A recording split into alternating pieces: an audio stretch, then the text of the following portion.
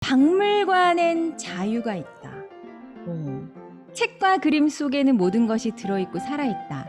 그래서 이 글은 박물관과 전시회를 다니며 펼친 자유와 상상력의 흔적이다 라고 하셨는데, 저는 이 그림 이야기를 시작하시면서 자유라는 단어를 말씀하신 게 굉장히 신선했어요. 네, 왜 자유라고 표현을 하셨는지. 그러면 거꾸로 네. 제가 선생님께 한번 질문을 해볼게요. 네. 박물관에 가시면 들었던 생각이 어떤 게 있으세요? 박물관에 네. 가면요. 제가 사실 박물관을 그렇게 많이 다녀보지는 않았는데, 네. 제가 재작년에 독일의 슈테델 미술관을 갔었고, 또 예전에 그 이탈리아의 바티칸을 갔었는데요. 지금 이제 질문하시니까 그림이 엄청 많아요, 일단. 또 어떤? 그림이 엄청 많고, 그리고 왜 이렇게 벗은 그림이 많죠? 그쵸, 그쵸. 딱 그겁니다. 제 눈에만 보였는지. 너무너무 중요한 두 가지 아, 그래요? 말씀을 해주셨는데, 네. 특히 우리나라 사람들이 유럽에나 미국에 박물관 가면 아니 왜 이렇게 옷을 벗은 사람이 많아, 이런 진짜요? 생각을 하기가 쉬운데, 저만 그런 게 아니네요. 지금 여러분들이 이제 보시는 이미지는 라스코 동굴 벽화. 이거는 사실 박물관에 있는 건 아니고 프랑스 이제 지방의 동굴에 그려져 있는 네네네. 선사시대 때 작품이죠. 그러니까 선사시대 때는 오히려 이렇게 굉장히 활달한 사실적인 그림이 그려졌고, 네. 이거는 미국의 워싱턴 DC에 있는 백남준. 네네네네. 아주 현대의 테크놀로지로 이루어진 작품인데, 이렇게 인류의 어떤 역사가 시작하기 전부터 지금까지 모든 인간들은 무엇이든지 그리고 만들고 표현하려고 하는 그런 욕구가 있었다는 거예요. 언어죠. 그쵸. 네, 그게 네, 언어죠. 네. 일종의 네, 언어죠. 네, 네, 네. 그런 욕구가 시대에 따라서, 사람에 따라서, 나라에 따라서, 그 역사에 따라서 무궁무진하게 다른데, 그 이유가 어떻든, 기원이 어떻든, 그렇게 다양한 형태의 예술 작품은 어떤 작가, 그러니까 만든 사람을 작가라고 할 때, 작가가 실제로 경험한 것일 수도 있지만, 네. 아니면 어떤 꿈이나 상상력을 표현하는 것일 수도 있단 말이에요. 네네네. 근데 사실 우리가 이 실제 삶을 살아가다 보면 못하고 억눌러 둬야 하는 것들이 너무 많잖아요. 너무 많죠. 왜냐하면 우리가 따라야 하는 어떤 사회적인 규범도 있고, 네네네. 관습도 있고, 도덕도 있고, 그렇기 때문에 꾹꾹 눌러서 난 아니야, 그 내 거 아니야, 포기하고 체념하고 잠궈두죠. 열쇠로 네네네. 딱 네. 잠궈두는 그런 것들이 어떻게 보면 잠재태로 있던 것들이 박물관에 가면 다양한 형태로 나와 있는 걸 봐요. 근데 네. 사실 이제 예를 들면, 이거는 이제 백남준 작품이고, 네. 예를 들면 이 작품 같은 경우에 사실 이제 이 작품에 대해서 제가 그 루브르에서 봤었는데, 지금 사실 써놓은 거는 런던에 있는 왈라스 컬렉션 소장이라고 돼 있는데, 네. 아리 셰퍼는 작품을 만들어서 반응이 좋으면 여러 버전으로 했어요. 이 작품뿐만 아니라 다른 작품들도. 네네네. 그래서 이제 지금 한 5개 정도가 남아 있는데, 런던의 왈라스 컬렉션에 있는 게 1835년에 그려진 남아 있는 최초의 것이고, 루브르에 있는 거는 1855년에 그려진 거예요. 근데 제가 이제 루브르에 어떤 분하고 갔을 때 네. 이 스토리를 말해주면서 말씀해 드렸더니, 네. 아이고 망측해라. 어떤 스토리인데요? 궁금하시죠? 네. 지금 딱 네. 보면 네. 지금 뭔가 남자와 여자가 사연이 있어 보여요. 네. 이 여자가 지금 네. 매달려 있는 모습 같기도 하면서, 네. 어떤 얘기가 숨어 있나요? 그쵸. 이게 사실은 단테의 신곡에 나오는 얘기입니다. 프란체스카 다 리미니가 바로 이 앞에 있는 여성의 이름이고, 네. 뒤에 있는 사람은 파울로 말라테스타? 갑자기 이름이 성이 잘 생각이 안 나는데 사실 이제 프란체스카는 형수고 파울로는 시동생이에요. 어머, 불륜이네요. 불륜일 뿐만 아니라 그냥 단순한 불륜이 아니죠. 그쵸. 네. 이게 정말 천륜을 어기는 그런 건데, 두 사람이 이제 사랑에 빠져서 그런 사실을 알고 남편이 죽이게 됩니다. 그렇게 해서 지금 이 그림을 자세히 보시면 프란체스카의 등에도 칼자국이 자그마하게 보이죠. 보이세요? 오, 있네요, 있네요, 네. 있네요. 그리고 파울로의 가슴에도 오른쪽 있네요. 가슴, 아, 우리가 봐서는 왼쪽, 거기도 네. 칼자국이 있고, 그렇게 해서 이제 이들이 지옥에 지옥이 여러 서클로 되어 있는데 어떤 서클에 가면 끊임없이 회오리 바람이 불면서 떠돌 수밖에 없어요. 그래서 이렇게 계속 따로따로 떠돌다가 마치 견우직녀가 만나는 것처럼 딱 만난 순간에 서로 지금 이제 이렇게 하고 있는 순간을 나타낸 거예요. 아, 그거를 지옥의 베르길리우스, 로마 시인인 베르길리우스를 따라 오른쪽에 보시면 단테와 붉은 옷을 베르길리우스인가요? 입은 사람이 살아있는 사람을 나타냈기 때문에 붉은 옷을 입혀서 단테고, 어허. 그 왼쪽에 월계관을 쓰고 있는 분이 로마 시인 베르길리우스예요. 신곡이네요. 예, 신곡에서. 그러니까. 그래서 이러한 걸 보여주는데, 네. 우리가 톨스토이의 안나 까레니나에 대해서도 아니 뭐 결국은 그렇게 불륜을 불륜이죠. 저질러서 기차에 치여서 죽는 여인의 얘기를 왜 그렇게 톨스토이가 세 권에 걸쳐서 썼을까? 아, 불륜은 하면 안 돼. 네. 단순히 그런 교훈을 주기 위해서였을까? 그건 아닐 거라고요. 그러니까 이 그림도 그렇고 단테 그렇죠. 신곡도 그렇고. 그렇죠. 그 뭐냐면은 우리에게 질문을 하게 한다는 거죠. 도대체 사랑이란 뭘까? 인간의 몸이란 뭘까? 어떤 도덕이란 뭘까? 관습이란 뭘까? 이렇게 우리가 평소에는 하지 않던 거를 질문하게 하고 인간에 대해서 성찰하게 하는 것. 그러기 위해서는 우리를 꽉 얽어매든 어떤 틀에서 벗어나야 하기 때문에 틀에서 벗어나서 모든 것을 새로 검토하는 그런 자유가 있는 곳이 박물관이다. 라는 의미에서 저는 박물관에서 자유를 느낀다. 이렇게. 사실 이 그림에 대해서 많은 분들이 그렇게 말씀하실 것 같아요.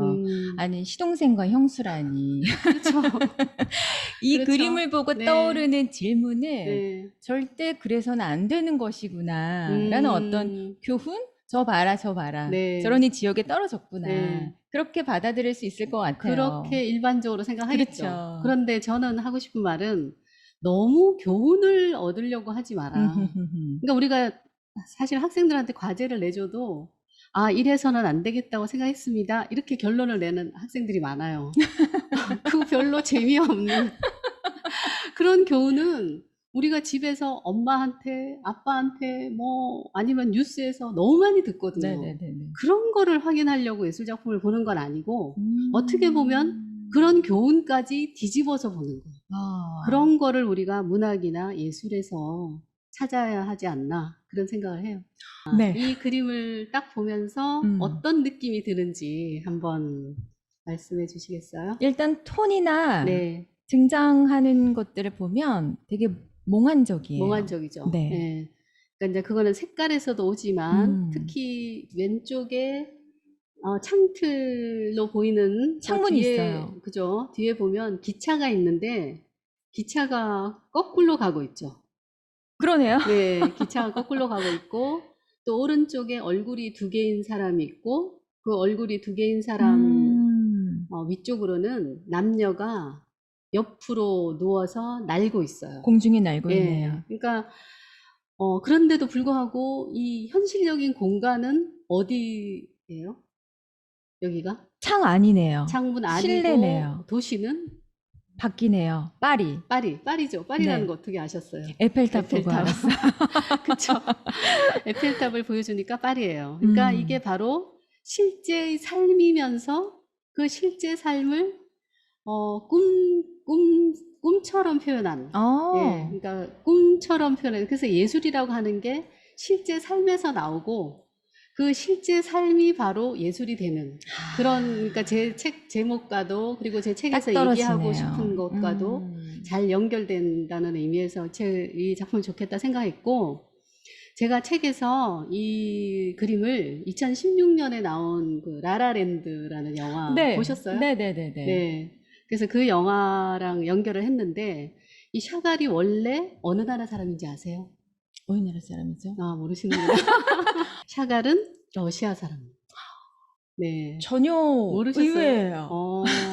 이제 러시아에서 미술 공부를 했는데 파리로 왔어요. 1911년에. 그러니까 파리에 있는 사람 같은 거예요. 네, 파리에 와서 또 잠깐 러시아로 돌아가고 그러긴 했지만 거의 평생 프랑스에 살았고 결국은 프랑스 국적을 따서 프랑스 사람들은 프랑스 사람이라고 생각하죠. 그러니까요. 예. 그렇지만 이제 러시아 사람들은 그렇게 생각하지 않겠죠. 예. 이름도 샤갈 그래서 예.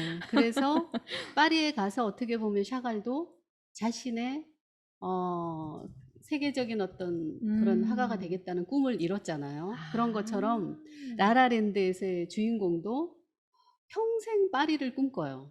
파리를 맞아요. 꿈꾸고 모노드라마에서 그 모노드라마도 파리를 무대로 해서 그 연기를 그랬네요. 했고 결국은 파리에서 영화를 찍으면서 영화배우로 대스타가 대성공을 되죠. 하죠. 그래서 파리라고 하는 곳이 사실 우리 모두에게도 조금 약간 그런 게 있죠. 저의 파리라고 하는 게. 로망이고 저희 집 거실에 큰 에펠탑 사진이 지금 걸려 있어요. 네. 언젠간 가리라. 그쵸. 파리 정말 너무 아름다운 도시고, 예, 그리고 특히 20세기 초에 예술의 중심지였고, 맞아요. 그런 꿈을 이루는 공간이라는 점에서 이제 공통점이 있어서 그렇게 해서 라라랜드를 가지고 이 아하하하. 그림 얘기를 풀었고, 또 이제 이 그림이 첫 번째 그림으로 좋다고 생각했던 이유는 이게 창문으로 보는 파리잖아요. 그러니까 그러니까요. 창문이라고 하는 게 음. 르네상스 이론가 가운데 회화론이라는 책을 쓴 알베르티라고 있어요. 네. 알베르티라는 분이 그 회화론에서 회화는 세상을 보여주는 창문이다라는 얘기를 하고 있습니다. 그래서 우리가 그러네요. 창문 바깥으로 보면 뭐 정원도 보이고 뭐 동산도 보이고 지나가는 사람도 보이고 그것이 하나의 프레임이 돼서 세상을 그러네요. 보여주죠. 근데 그 이전에는 바깥 세상을 보여주려고 생각한 게 아니라 뭔가 어떤 실제 세계를 그대로 재현하는 것보다는 내가 중요하게 생각하는 어떤 대상의 정신을 더 중요하게 생각했거든요. 중세 때까지는. 근데 네네네네. 이제 그게 아니고 회화는 있는 그대로의 현실을 음. 보여주는 그런 거다. 음흠. 그거의 메타포로서 창문이 창문이 아주 있네요. 뛰어난 역할을 했기 때문에 샤갈뿐만 아니라 뭐 마티스 뭐 그 이후에 많은 화가들이 창문을 자기가 작업하는 어떤 회화의 메타포로 많이 활용하고 있습니다. 그래서 제가 책에서 결국은 이제 조각 얘기도 나오지만 그림 얘기가 많이 나오기 때문에 네네네. 이 그림이 아주 최적화된 그림이다 이렇게 생각을 했습니다. 어마어마한 의도를 갖고 첫 그림으로 선정하신 것이 정말 분명하고 조금 전에 이제 영화 라라랜드 말씀을 이제 하셨는데 사실 이 이야기가 책에 고스란히 그렇게 풀이를 하셨어요. 그래서 저는 이 책을 너무 재미있게 봤던 게 이 설명 방식이 너무 좋았어요. 그러니까 영화를 빗대어서 그림을 설명을 또 해주시고 또 뭐 당대 미술의 화풍, 또 이 작가가 영향을 받은 사람, 뭐 그림 속의 이야기 아주 다양하게 설명해 주셨는데 작가님만의 그 이야기 푸는 방식이 있으실 것 같아요. 어디에 주안점을 좀 두셨어요? 그냥 뭐 정해져 있는 방식은 아니고요. 글을 쓰는 순서도 제 마음대로 했듯이 자유롭게. 자유롭게 어떻게 보면 뭐 좀 어줍지 않은 비교, 말도 안 되는 비교지만 초현실주의자들이 뭔가 자동 기술로 하듯이 네. 어떻게 쓸까? 사실 첫 시작을 하기가 참 쉽지 않거든요. 그래서 이제 맞아요. 어떤 경우는 책을 읽고 어떤 경우는 영화를 보면서 그 그림하고 계속 이렇게 겹쳐서 해봐요. 근데 이제 그런 과정을 거치지 않고도 딱 떠오르는 그런 경우가 있었는데 네. 지금 보시는 이 마리의 오! 올림피아 강렬합니다. 정말 유명한 작품이죠. 근데 네. 이 작품을 아니 왜 이 작품이 그렇게 유명한가? 이 작품을 왜 걸작이라고 하는가? 이런 질문을 하는 사람들도 많을 거예요. 네. 그런 질문을 하는 사람들은 왜 그렇게 말을 할까요? 일단 사실 우리는 누드화가요. 그렇게 불편해. 네. 네. 낯설고요. 보기가 조금 민망하다고 할까요? 네. 그러니까 혼자 민망. 있으면은 잘 볼 텐데 누군가 혼자 있으면 잘 함께 보세요? 그럼요. 디테일하게 볼 수는 있겠죠. 혼자서 왜 보세요? 이제 그림을 감상을 하는데 미술관이나 박물관에 갔을 때도 이런 누드화는 그냥 쓱 지나갔던 것 같아요. 저는 참 이상해요. 아무렇지도 않아요. 네. 그냥 그래서 그리고 특히 저는 올랭피아를 보면서 네. 내가 왜 저기 있지? 저는 그런 생각. 그게 너무 기쁜 거예요. 방금 말씀이 네. 굉장히 강렬하고 솔직하세요. 네. 그게 왜 그런 생각이 들었을까요? 네. 지금 이 그림 한번 보세요. 오. 이거는 우리의 몸이 아닙니다. 그렇지 않아요? 선생님 네네네네. 이렇게 길쭉하세요? 그러네요. 이거 혹시 누구 다리도 길고. 그림인지 아시겠어요? 전 모르겠어요. 모르셔야 저 같은 제가 좀 즐겁게 설명을 하죠. 오늘 작가님이 질문을 많이 하시는데, 네. 아, 티치아노 그림입니다. 음, 티치아노가 그렸는데 1538년 그림이죠. 이 두 그림을 나란히 놓고 보면 얼마나 마네가 혁신적인가 하는 걸 알 수가 있어요. 일단 빛이 다른 것 같아요. 빛이 다르죠. 네. 빛이 어떻게 달라요? 마네의 지금 그 음. 올림피아 그림은 그냥 처음부터 끝까지 명암 없이 도드라지게 하얗게 빛을 그린 것 같아요. 맞습니다. 그렇게 될 수 있었던 거는 마네가 완전히 정면에서 빛을 쏘고 있어요.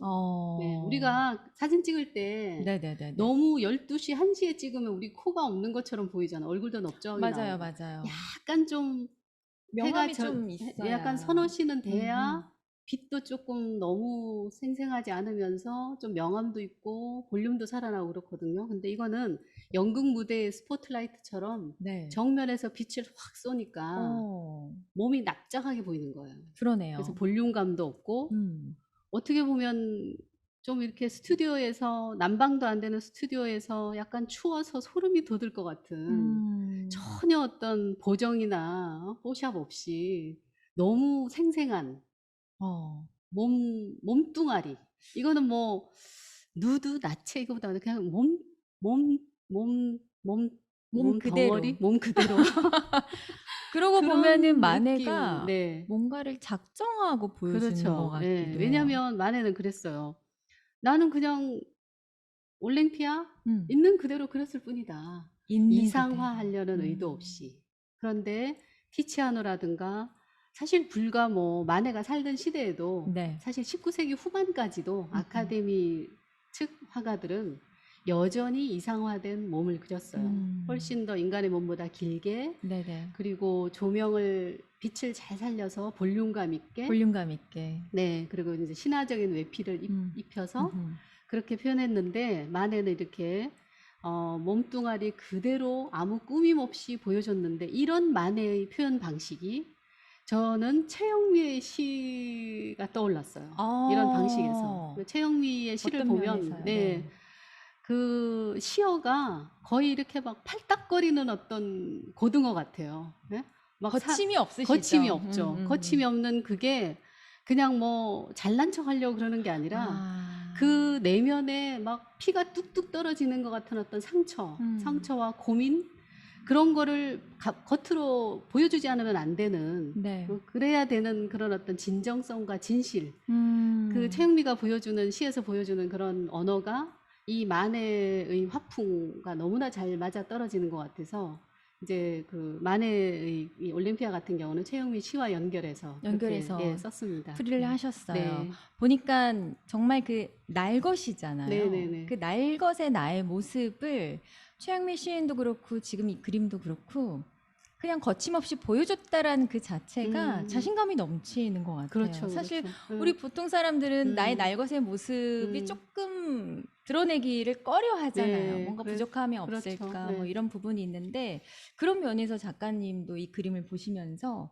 그 자신감 넘치는 네. 그런 에너지에 반하셨던 것 같아요. 그렇죠. 예를 들어서 티치아노의 비너스 보면 약간 고개를 이렇게 옆으로 하면서 요염해. 예쁜 척하는 약간 포즈잖아요. 예쁜 척하고 유혹하는 그런 표정이 유혹하는. 느껴지는데, 올랭피아노 보세요. 고개를 꼿꼿이 들고 아주 당당하게, 정말 자 당당하네. 봐라. 나 이렇게 생겼어. 이게 나다. 그래, 너 어쩔 거야. 예, 하고 자기 자신을 당당히 보여주는 듯한, 그래서 세상과 맞서는 듯한 자기 발언을 하는. 그래서 티치아노의 비너스가 어떤 시선의 대상, 오브제를 머물러 있다고 한다면 올랭피아는 내가 너를 바라본다.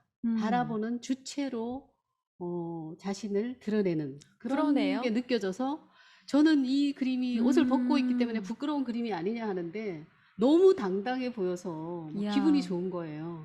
그러니까 만에 지금 올랭피아는 굉장히 능동적인 시선이고요. 네. 그림 속 주인공이 네. 오른쪽 티치아노는 그냥 시선을 받는 수동적인 그런 그렇게 볼 수, 느낌이네요. 네, 그렇게 볼 수 있죠. 저도 앞으로 어떤 자신감을 찾고자 할 때 올랭피아 그림을 보면서 이게 나야. 제 방에 이 그림에 작은 엽서 딱 붙어 있어요. 아, 네, 그러세요? 네, 아, 역시. 네, 너무 잔인한 지금 그림인데 네. 지옥 같아요, 작가님. 그렇죠. 네. 야, 지금 지옥, 오, 지옥이 이렇다면 진짜 안 가야 되는데. 절대 안 지옥 가야죠. 안 가려면 착하게 살아야 되는데. 지금 네, 한가운데가 지금 그쵸, 사람의 그 내장인가요? 오장육부가 다 나와 있는, 네, 빨갛게 피에 네. 지금 물들어서. 자, 이 그림은 음, 독일의 화가 오토 딕스가 그린 전쟁이라는 그림입니다. 전쟁. 예, 오토 딕스는 1차 세계대전 때는 자원해서 했고, 1, 2차 세계대전에 다 참전을 했고, 이제 1차 세계대전 때 가서 참호 전투를 하면서 음, 계속해서 크로키를 그렸어요. 전쟁에 예, 예, 참여하면서. 참여해서 크로키를 그렸는데, 이제 이 젊은 오토 딕스가 전쟁터에 가서 보니까 야, 이건 정말 인간으로서 도저히 이건 있을 수 없는 일이다. 내가 이거를 네네네. 가서 증언을 해야겠다. 이런 생각을 했던 것 같아요. 그래서 그 크로키를 바탕으로 해서 정말 많은 전쟁에 관련한 그런 그림을 그렸어요. 저희는 지금 이 작품 하나만 보지만 무수히 정말 끝도 없이 전쟁 장면을 그린 그림들이 있습니다. 네. 이 그림에서도 보면 왼쪽 이게 지금 독특하게 세단 제폭 세단 아니다 뭐라 그러지? 세폭? 세폭 재단화. 네. 세폭 세폭으로 재단화. 나눠져 네, 있어요. 재단의 그 중세 교회를 장식했던 그런 네네. 재단화처럼 돼 있는데 왼쪽에는 이제 전쟁터로 중무장을 하고 걸어 들어가는 그곳이 지옥인 줄도 모르고. 예, 대열을 이뤄서 걸어 들어가는 병사들을 보여주고 시간이 다르네요. 그렇죠. 가운데는 전쟁. 그야말로 참혹한 죽음의 현장이에요. 저 맨 위에 해골이 손가락을 가리키고 포물선으로 있어요. 손가락으로 저 멀리 가리키는 땅이 보면 거의 뭐 얼음산 같아요. 동토. 죽음의 땅이죠. 예, 모든 게 죽고 사라지고 없는 생명이 살 수 없을 것 같은. 그리고 앞부분에는 정말 오장육부가 파헤쳐진 그런 저게 지금 끔찍한 그림의 한 중앙에 있어서 네, 그림 한 중앙에 강렬해요. 있고 그림 보시면 가로 폭이 4m예요. 어마어마하군요. 어마어마하죠. 그리고 길이가 아래쪽 그 아래 단 빼고는 2m. 그러니까 이야.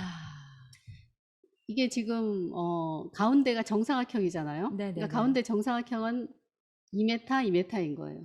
그러니까 그게 두 개가 펼쳐지니까 이제 4m가 된 거고. 그래서 어마어마하게 크죠. 그래서 이거를 딱 보면 아마 정말 다 얼굴이 막 인상이 찌푸려질 것 같아요. 예, 일그러지면서 너무 괴로워서. 근데 이 그림을 왜 그렸냐? 이 그림이 완성된 게 1932년인데 네. 그때가 바이마르 공화국 때예요. 이 바이마르 공화국 때 1차 세계대전에 참전했던 병사들에 대한 영웅주의를 부추기는 그런 책들이 많이 출판이 되었대요.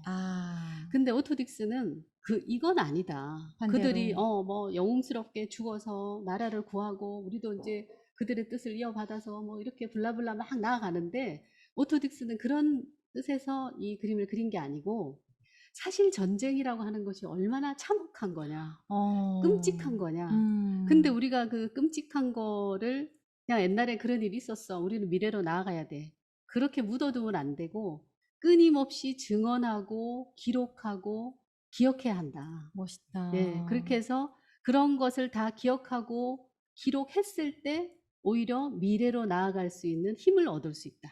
그런 뜻에서 이런 그림들을 많이 그렸고, 저는 이제 또 어제 그 권성우 교수가 쓴 네네. 비정성 씨를 만나던 푸르스름한 밤이라는 이제 그 에세이집을 읽었는데 거기에서 권성우 교수가 인용하는 김수영 시인이 한 말이 굉장히 탁 와 박혔어요. 네네네. 근데 김수영 시인이 모든 역사는 아무리 더러운 역사라도 좋다. 그런 말을 하셨더라고요. 모든 역사는 네. 음, 아무리 그러니까 더러운이란 아무리 말이 더러워도 그게 그러니까 뭐냐면은 전쟁을 얘기하는 그쵸. 거겠죠. 전쟁도 그렇고 우리 같은 경우는 36년 일제 치하도 그렇고 위안부 문제도 그렇고 너무 정말 많죠. 인류 역사상 얼마나 끔찍한 기억이 많습니까? 근데 그런 기억들을 없다고 아니면 작다고 별거 아니라고 이렇게 하는 게 능사가 아니라 그런 거일수록 오히려 계속 기억하고 이야기하고 그런 성찰을 통해서 우리가 진짜 진정한 어떤 힘을 얻으면서 미래로 나아갈 수 있다는 거죠. 너무 멋진 말씀인 것 네. 같아요. 앞에 우리가 그 불륜을 그렸던 그 그림을 마저 할 때도 음. 왜 그녀는 그러했을까에 대한 서사를 우리가 들여다봐야 된다는 말씀을 네. 하셨고, 네. 이 전쟁도 그렇고 우리가 승리자의 어떤 입장에서는 아, 음. 우린 이겼다, 음. 해냈다. 음. 그래서 영웅시화하고 그걸 우리가 또 본받아야 된다라고까지 말을 하는데 네. 오토딕스는 거기에 아주 강하게 저항을 한 것이 느껴져요. 음. 이 어마어마한 그림을 화폭에 담으면서 어떠한 인간의 어떠한 전쟁의 좋은 명분도 인간의 희생을 그렇죠. 넘을 수 정당할 없다, 수 정당할 수 네. 없다. 그 얘기를 네. 정말 절절하게 담아낸 것 네. 같아요. 근데 이제 이 그림과 관련해서 한 가지 더 말씀드리고 싶은 거는 네. 가설이긴 한데 네. 이제 오토딕스가 1929년에 프랑스 동부 지방을 여행을 했고 스트라스부르 지방을 여행을 했는데 아마 그때 콜마르에 갔을 것이다. 콜마르에 가면 이 마티아스 그리네발트라고 중세 후기 화가가 그린 그리스도 순환도가 있어요. 이게 도미니쿠스 수도회의 예배당에 지금도 가운데 딱 자리 잡고 있는데 정말 중세 이후로 그리스도 순환도가 엄청나게 그려졌지만 네. 그리스도의 죽음을 가장 참혹하게 증언하는 그림이 저는 이 그림이라고 생각해요. 마티아스 정말 이 그림은 그리네발트. 앞에 서면 정말 전율이 일 정도의 그림이거든요. 어, 근데 그리스도의 몸에서 피고름이 나와요. 네. 이 약간 그림도 어마어마한 지금 그렇죠. 크기도 크기가 엄청나게 크고 네네. 268, 307이니까 오토딕스 그림보다는 작네요. 네. 그렇지만 3m. 네, 3m니까. 예. 그런데 이런 어떤 세폭 재단하의 형식이라든가 이상화시키거나 그러는 게 아니라 오히려 좀 더 과장하는 듯한 느낌이 들게 또 약간 표현주의적인 그런 어떤 고통과 참혹함을 증언하려고 하는 그런 표현 양식이라든가 이런 것들이 아마 콜마르를 지나가면서 오토딕스가 이 그림을 직접 보았을 것이다. 그래서 영향을 받았을 것이다. 라고 추정하는 가설이 있는데 저는 그게 아주 설득력 있다고 생각합니다. 보니까 구도적으로는 뭐 거의 그렇죠. 똑같다고 네, 볼 수 네, 있고요. 네. 저는 이 세폭 재단화를 음, 처음 봤는데 음, 사실 우리가 한 폭의 그림에 물론 모든 거를 다 담을 순 없잖아요. 그런데 이것을 더 강조하기 위해서 왼쪽, 오른쪽 그리고 아래 그림을 네, 덧붙여서 네, 우리가 네. 어떤 부연 설명을 했을 때 더 음, 그 의미가 강하게 오는 것처럼 네. 이 화가의 그 의도가 보이는 것 같아요. 자, 혹시 이 그림을 보신 적 있나요? 저는 사실 책을 보기 전에는 몰랐는데 책 속에서 봤어요. 그쵸. 책 네네네네네네. 읽으셨으니까. 네. 저도 제가 이제 이 학생들하고 수업할 때도 그렇고 이 그림을 굉장히 이야기하는 걸 좋아해요. 음, 왜냐하면 제가 좋아하는 그림이기 때문에. 예, 재밌어요. 보고 있으면 되게 좀 신나요. 네. 그리고 이렇게 귀족들인데 얼굴이 보면 다 불쾌해요. 지금 막, 술 술 드셨어요. 드셔가지고. 그래서 우리가 삶이라고 하는 게 지금 우리가 계속 뭐 성찰을 하고 반성을 하고 질문을 하고 이런 얘기를 했지만 네. 그런 걸로만 이루어질 수 없잖아요. 예? 삶이, 그쵸. 네, 삶이 우리의 이제 삶 이렇게 좀 이야기죠. 약간 흥청망청하는 그런 순간도 있어야 음, 되는데 그런 삶의 어떤 즐거움을 잘 보여주는 장면인 것 어허허. 같은데 네네. 뭘 먹고 있는지 혹시 보이세요? 굴을 먹고 있는 것 같아요. 지금 아, 바닥에 네. 지금 쏟아져 있어요. 굴 껍질이. 맞아요, 맞아요. 네, 굴을 먹고 있습니다. 자, 사실 우리나라는 이 전 세계에서 정말 첫 손꼽히는 굴 생산국이더라고요. 그래서 굴이 되게 아, 싸요. 맞아요. 예, 우리 몇천 원이면 굴 먹잖아요. 네네네네네. 우리는 좀 까서 편하게 먹는데 이 한 철에 사람들은 이렇게 한 박스에 네, 이 만 사람들은 원에. 우리가 보통 석화라고 하는 음흠. 그래서 귤 껍질 그대로 해서 그 국물도 이렇게 먹으면서 네. 그게 상당히 비싸요. 어. 특별한 날에만 좀 먹는. 예, 그래서 음흠. 비싸기도 하고, 이제 그렇게 해서 지금 굴을 먹고 있는데, 이 그림은 루이 15세가 네. 베르사유 궁전에 식당을 장식하기 위해서 특별히 주문해서 그려졌던 그림이에요. 그런데 네네네네. 좀 자세히 볼까요? 자, 이게 지금 얼음통 안에 담겨 있는 거는 무슨 병처럼 보이세요? 술이네요, 지금. 술이 담겨져 술이죠. 있네요. 술인 것 같죠? 자, 얼음이 무슨 담겨 뭐를 있나요? 마시고 있나 한번 보세요. 지금 따르고 있는 게 잘 보이세요? 네, 술을 따르고 있고, 또 네, 이렇게 디테일하게 네, 보니까 재밌네요. 네. 지금 술을 이게, 따르고 음, 있는데, 가운데 남자가 손가락으로 지금 뭐를 가리키고 있는 것 같기도 하고. 음, 어! 아, 손가락으로 뭘 가리키고 아, 지금 있나. 이야기를 하는 네, 이야기를 중이네요. 하면서 이렇게 좀. 근데 여기 오, 아래쪽에 보니까 술잔도 그릇 속에 담겨 있는데 이 네. 그릇 아래도 얼음이 있어요. 어머! 시원하게 마시려고. 자, 이 이야, 사람들이 마시는 술은 그냥 와인이 아니고 샴페인입니다. 샴페인. 예, 샴페인은 17세기 후반에 프랑스의 동페리뇽이라고 하는 이제 그 성직자가 하도 이 와인이 별로 맛이 없어가지고 어떻게 하다가 기포가 있는 걸 해서 너무 맛있죠. 예, 아주 고급. 사실 샴페인은 그 샹파뉴, 프랑스의 샹파뉴 지방에서 나오는 것만 샴페인이라고 네. 할 수 있는데 음. 지금도 상당히 가격이 비싸죠. 그래서 네네네. 우리가 뭐 축하를 할 때, 축배를 터트릴 때, 그럴 때 그럴 때 샴페인 먹는. 터트리죠. 네. 음흠. 그러니까 이 당시도 마찬가지였어요. 아무나 먹을 수 있는 그런 게 아니었고, 그래서 샴페인을 먹는데 샴페인 병은 지금보다 훨씬 아래쪽이 더 불룩한 그런 통통해요. 예, 오. 방추형으로 생긴 원추형으로 생긴 그런 거고. 네. 자, 그런데 여기 지금 큰 그림을 보면 사람들이 위쪽을 어디 보고 있어요. 뭘 보는지 혹시 보이세요? 이거 어떻게 퀴즈 보낼까요? 네네, 좋습니다.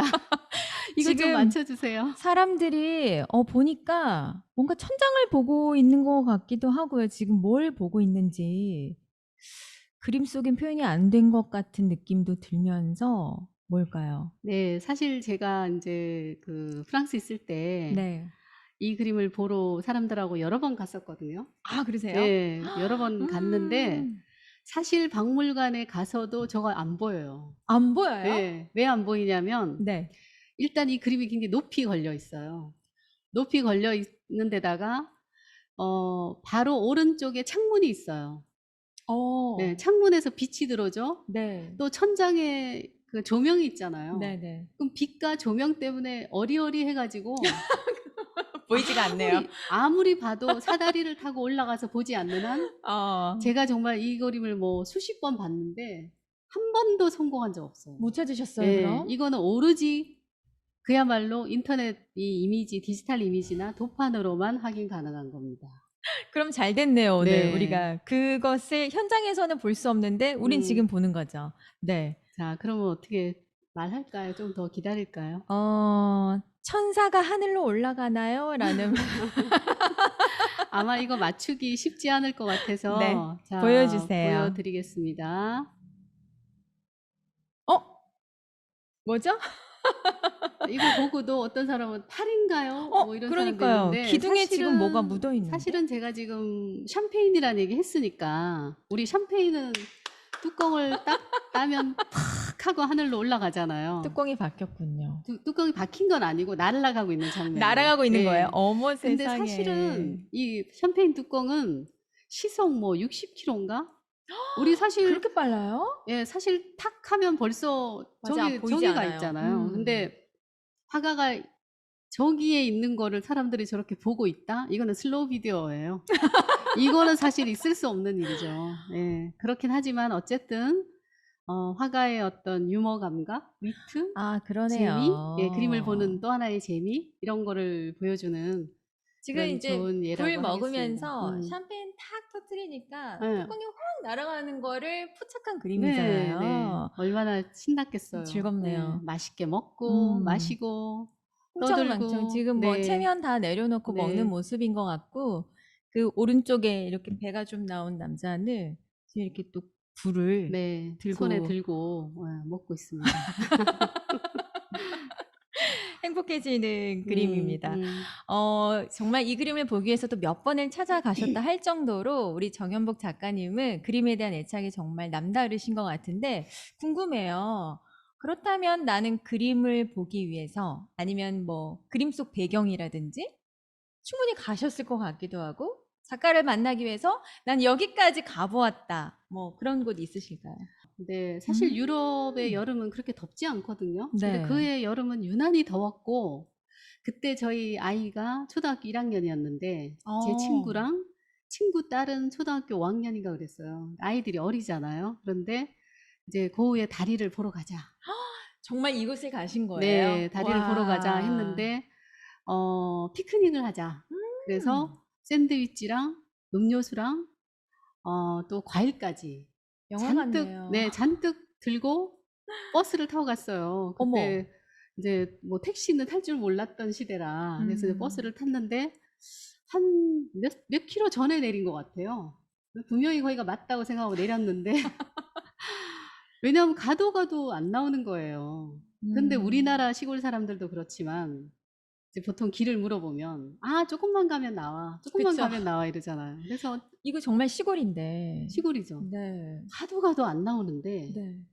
어딘가에 가니까 다리가 있었어요. 저 다리 가요. 네. 그래서 아니 이거는 아닐 텐데 이거예요. 어머!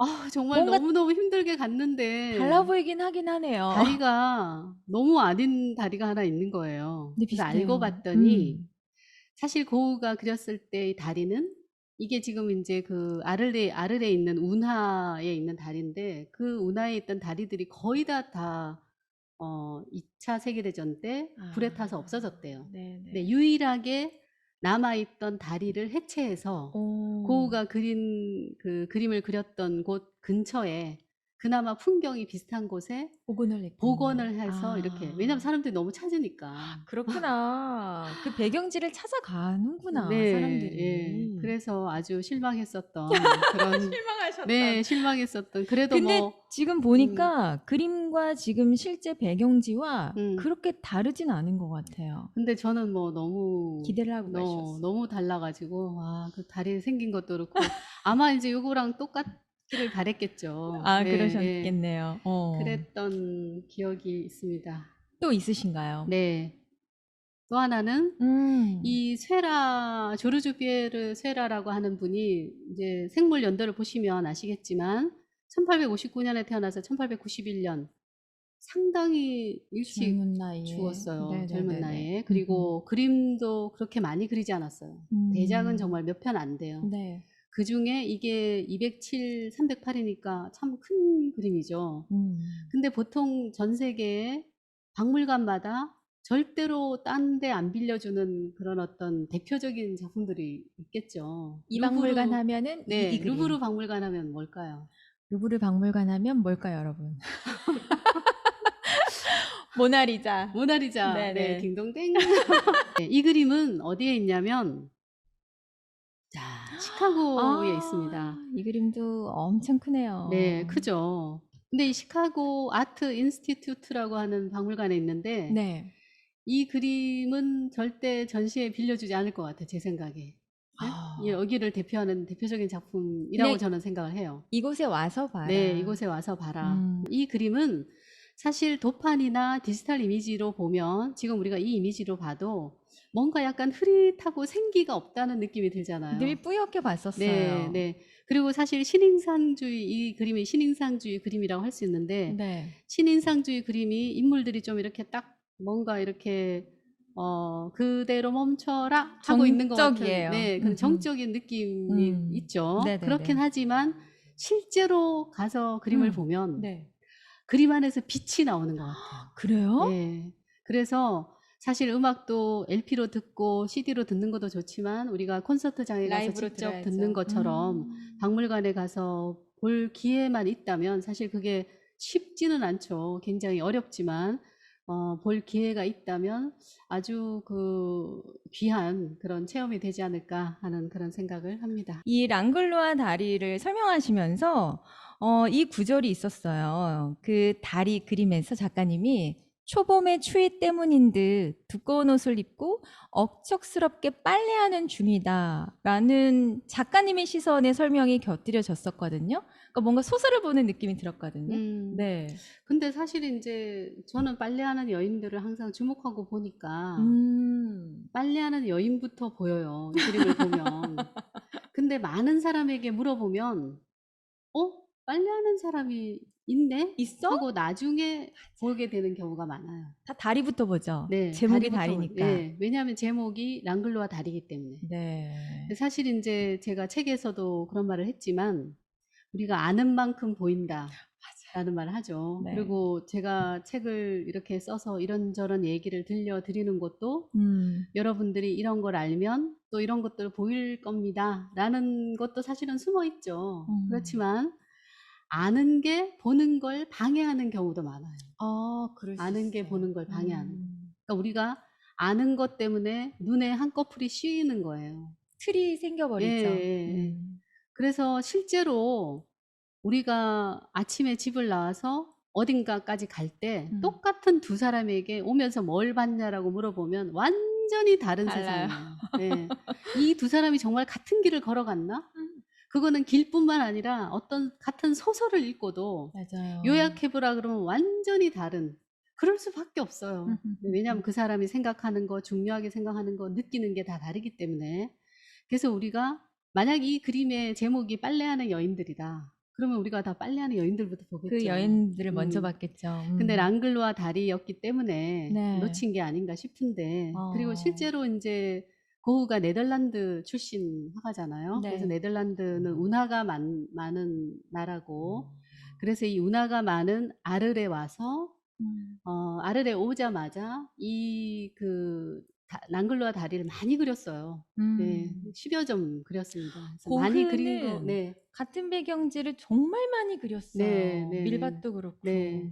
왜냐면 아마 우리가 어떤 고민이 있을 때, 그리고 아니면 뭐 사랑에 빠졌다. 그럼 친구 만나면 계속 그 이야기 하고 같은 싶잖아요. 이야기를. 그거랑 똑같겠죠. 맞아요. 표현하고 싶은 게 있는데 음. 오늘 표현한 거 내일은 또 그게 미진하고 모레는 또 다르게 하고 싶고, 그러니까 계속 여러 번 그렸을 겁니다. 자기 나라를 그리워하면서, 그리고 나라를 그리워하면서 또 아르레 빛과 색채를 담아서 네. 그렇게 해서 여러 버전을 그렸는데, 유화로 된 거 중에 색감이나 구도가 저는 이 그림이 가장 아름답다고 생각하고, 또 빨래하는 여인들이 없는 그림들도 있어요. 근데 빨래하는 여인들이 있는 그림이 저는 살아있어요. 고흐의 어떤 그 예술을 잘 보여주는 것 같아요. 왜냐하면 고흐는 그 네덜란드 시절 감자 먹는 사람들이라는 걸작을 그렸잖아요. 네네. 그때부터 프랑스의 화가 프랑스와 밀레를 좋아했어요. 밀레처럼 정말 자기 손으로 그 성실하게 노동한 사람들의 삶을 그려서 사람들의 영혼을 감동시키는 그런 화가가 되고 싶다. 이런 영혼을 얘기를 했거든요. 감동시키는. 그래서 고흐 예술의 핵심은 어떤 인간에 대한 사랑이라고 생각해요. 계속 맞아요. 인간에 대한 사랑을 깊게 해야 한다. 이런 식의 내용을 동생 테오에게 편지로 자주 표현했던 걸로 봐서도 그렇고, 그래서 저는 사실 저는 여기서 빨래하는 여인들을 봤지만 저 자신도 수십 번 루브르에 가서 봤던 그림도 어느 날 가서 보면 안 봤던 게 보여요. 그렇게 안 보이는 게 많아요. 사실 제대로 본다라고 하는 게 참 어려운 일이에요. 사실 그 그림을 보면 그 화가가 중심에 두지 않고 변두리에 그려져 있는 어떤 대상들이 있어요. 네, 네. 근데 그 대상들에도 분명한 의도가 그렇죠. 있었을 것이고 그렇죠. 그 대상을 그린 이유가 분명히 있어서 정말 그림을 하나하나 정말 깊이 있게 바라다 보면 엄청난 서사들이 막 들어가 있는 것 같아요. 맞아요, 맞아요. 네. 네. 특히 고흐는 그냥 생각만 해도 되게 애잔한 그런 그쵸, 화가잖아요. 그쵸. 그 따뜻한 시선이 늘 좋아서 지금도 많은 분들이 사랑하고 있는데, 네. 고흐도 저는 혁명가라는 생각도 들고요. 왜냐면 정말 자기만의 언어를 끝까지 굴하지 않고 드러낸 화가라고 저는 생각이 들거든요. 근데 또 다른 어떤 또 이야기가 있나요? 르누아르 그림을 지금 르누아르 보여주시는데. 그림은 제가 책에서 그 아멜리에라는 제목으로 우리나라에 나온 영화 영화. 있었죠. 예, 네네네. 그 영화에 보면 음. 아멜리에랑 자주 대화하는 그 화가 할아버지가 있어요. 네. 그 화가 할아버지가 20년 동안 매년 계속 카피했던 그림이 바로 이 그림이에요. 오, 이 예, 그림을. 그래서 그 영화와 이렇게 연결해서 얘기를 풀어나갔었는데, 이 그림의 가운데 보면 약간 오른쪽 위쪽에 가운데 보면 혼자서 이렇게 음료수를 마시고 있는 여인이 있죠. 이 사- 여인, 네, 예, 모자 사실 쓰고 있는. 작가님의 그림 설명이 없었으면 네, 맨 앞에 있는 큰 테이블에 있는 네, 주인공 같은 사람들만 보고 지나쳤을 것 같아요. 그쵸. 근데 사실은 이 여인에 주목한 거는 제가 아니고 네, 그 영화에서의 할아버지가. 할아버지 화가가 이 여인의 눈동자를 어떻게 그려야 될지 항상 고민하시는 거예요. 보니까 그 여자가 지금 주인공이야. 네, 예. 그래서 이 여인이 이게 지금 그냥 딱 보면 그냥 즐거운 삶의 한 순간인 것 같아요. 그런데 찬찬히 보면 모든 사람들이 약간 좀 어떤 외로운 섬처럼 둘씩 셋씩 얘기하는 것처럼 보이지만 사실은 어, 그렇게 흥겹지 않고, 특히나 가운데 저 여인은 혼자 왔어. 완전히 혼자 있는 그 고독한 어떤 섬에 있는 듯한, 그러네요. 예, 그런 영혼에 관심을 가지고 같이 고민하는 그런 화가 할아버지 얘기가 나오는데, 네네네네. 더 궁금하시면 책을 읽으시면 됩니다. 네. 모든 예술가, 아까 고우도 혁명가다 이런 말씀을 네. 하셨는데, 예술이라고 하는 게 사실 기존의 틀을 반복하면 그거는 예술이라고 할 수 있는 게 아닌 것 같아요. 예, 그러니까 모든 예술은 사실 혁신에서 나오고, 네. 그런 의미에서 모든 예술가는 혁명가다. 음, 저는 그렇게 생각하고, 저도요. 예, 그 아방가르드라는 말이 20세기 초에 나왔는데, 20세기 초에 예를 들어서 마티스의 야수파, 뭐 피카소의 입체파 이런 걸 아방가르드라고 하는데, 네. 아방가르드는 이제 그 전투 용어라고 하죠. 전위 부대, 제일 앞에 있는 부대. 그렇게 해서 제일 앞서 나가는 사람들을 말하는 거예요. 네네네. 그런데 어떻게 보면 모든 시대의 예술은 다 아방가르드예요. 먼저 그쵸. 나아가고, 왜냐하면 남들이 생각하지 않은 시선을 남들이 생각하지 않은 깨부수는 방식으로, 거죠. 예, 그러니까 기존의 틀을 깨부수지 않으면 새로운 예술이라고 할 수가 없어요. 그거는 똑같이 계속 카피하는 게 무슨 예술이에요. 맞아요. 예, 카피하는 건 예술이 아니죠. 그런 의미에서 모든 예술가는 혁명가라고 할 수 있는데, 그 예를 저는 오기스트 로댕의 발자크상을 가지고 보여드리고 싶어요. 이 조각상 보시면 저 어떻습니까? 지금 사실 로댕은 그 유명한 작품 있잖아요. 네, 뭐죠? 매끄러운 이 생각하는 사람. 음.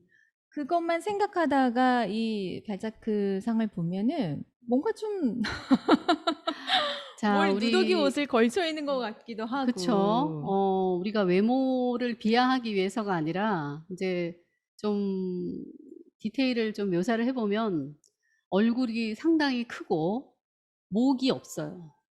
목이 없고 얼굴과 어깨가 그대로 붙어 있죠. 그리고 팔은 몸 안으로 들어갔고 배인지 팔인지 이렇게 배 있는 부분이 되게 불뚝해요. 그러네요. 예. 뭔가 이렇게 통자루 같은 옷을 입고 있고, 그래서 보통 우리 작가의 조각상 하면 어떤 식으로 표현할까요? 작가의 조각상? 네, 작가는 어떻게 표현할까? 글을 쓰는 소설가. 글쎄요. 상상력을 발휘해보세요. 작가라면 보통 펜을 들고 있겠죠. 아, 응? 네네네. 펜을 들고 이러고 있거나, 요즘은 노트북에 바로 노트북. 쓰이니까. 네, 알겠습니다. 아니면 뭔가 이렇게 생각을 하거나 그런 모습이겠죠. 네네네네. 근데 이렇게 해서 로댕이 발자크상을, 이게 이제 문인협회에서, 그때 문인협회장이 에밀 졸라라고 네. 하는 유명한 작가죠. 에밀 졸라가 이제 주문을 했는데 로댕에게 이렇게 딱 작품을 갖다 주니까, 이거 뭐야? 아니 우리의 위대한 발자크 왜 선생을 이렇게? 왜 이렇게 추하게 이상하게 했냐, 음. 이렇게 해서 이 조각상은 받아들일 수 없다. 그래서 거절을 하고 다른 조각가에게 의뢰해서 원래 세우고자 하는 위치에 그 조각가의 상을 세웠으나, 네네. 이제는 그 조각을 없애고 이 로댕이 한 발자크. 발자크상이 그 자리에 서 있습니다. 어. 그러니까 그 당대에는 받아들여질 수 없었지만 네.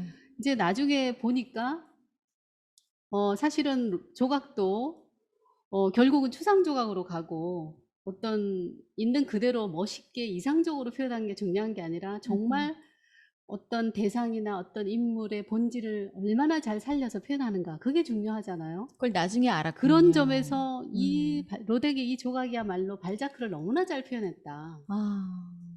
사실 발자크가 굉장히 재미있는 인물이에요. 네네. 그 발자크를 이해하려면 스테판 쭈바이크라고 하는 사람이 쓴 발자크 평전이 아주 재미있는데 이 사람은 왕당파였거든요. 네. 왕당파였고 또 뭐 사실 외모도 사실 볼품이 없고 뚱뚱하고 그런데 글 쓰는 작가가 되고 싶었지만 네. 글로 좀 먹고 살기도 어렵고 또 너무 아이디어가 많은 거예요. 그래서 내가 이걸 어떻게 해서 인쇄 사업을 해야지. 그럼 막 떼돈을 벌 거야. 아. 그러면 뭐 맛있는 것도 먹고 귀부인하고 사랑도 나눠야지. 그런 생각을 네, 했어요. 그런 생각을 하면서 끊임없이 사업을 많이 했어요. 아. 근데 사업을 하면 자금이 필요하잖아요. 그쵸. 돈이 없으니까 출판사에다 미리 돈을 받아요. 어. 내가 소설 언제까지 써줄게. 도스토옙스키 같아요. 돈을 받아서 그걸로 사업하는데 항상 망해요. 어. 그러면 이 돈을 빨리 갚아야 되잖아요. 그쵸. 그럼 밤새 커피를 마시면서 소설을 쓰는 겁니다. 생존으로 글을 썼네. 엄청난 달필이에요. 막 네. 다다다다다다다다다다다다다 막 해가지고 소설을 딱 넘기잖아요. 그럼 또 쫙 차려입고 사교계 그 살롱으로 가요. 그럼 글도 잘 쓰지만 엄청난 또 입담도 좋았던 것 같아요. 기부인들이 쫙 모여서 이제 연애하고 뭐 여행도 가고 뭐 이러다가 또 사업하면 또 그러고 또 글 쓰고. 그런데 이렇게 어떻게 보면 이율배반적이죠. 네, 그러네요.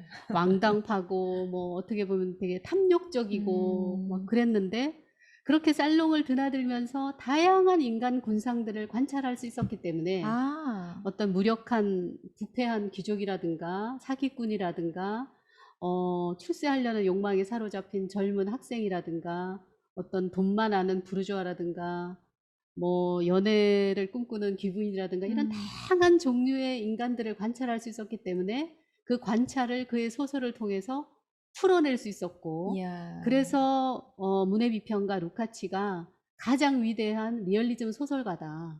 자기 자신의 생각과 존재와는 상관없이 자기는 왕당파고 되게 보수적인 사람이었는데 그럼에도 엄청난 그 시대를 증언하는 그런 비판적인 리얼리즘 소설가가 될 수 있었던 혁명가네요. 그렇죠. 그리고 이 발자크의 이러한 외관이 네. 그의 존재도 나타내지만 그가 인간 희극이라고 하는 어떤 그 소설의 총서를 인간 희극이라고 하는데 거기에서 등장했던 2000여 명에 이르는 그 인간들의 어떤 그 삶의 저는 그것을 소제목 뜨거운 삶의 숨결이라는 제목으로 표현했었는데 그런 인간들의 다양한 어떤 그런 모습들 네네네. 탐욕과 어떤 부패와 그런 어떤 뭐 그 죄악과 이런 것들 그런 것들을 다 표현할 수 있는 그런 양식이 아니었나 하는 그런 생각을 합니다. 최근에 제가 봤던 영화 중에 모디라는 영화가 있었는데 이게 우리나라에서는 내 사랑이라는 네. 제목으로 되어 있고 저도 전혀 모르는 화가예요.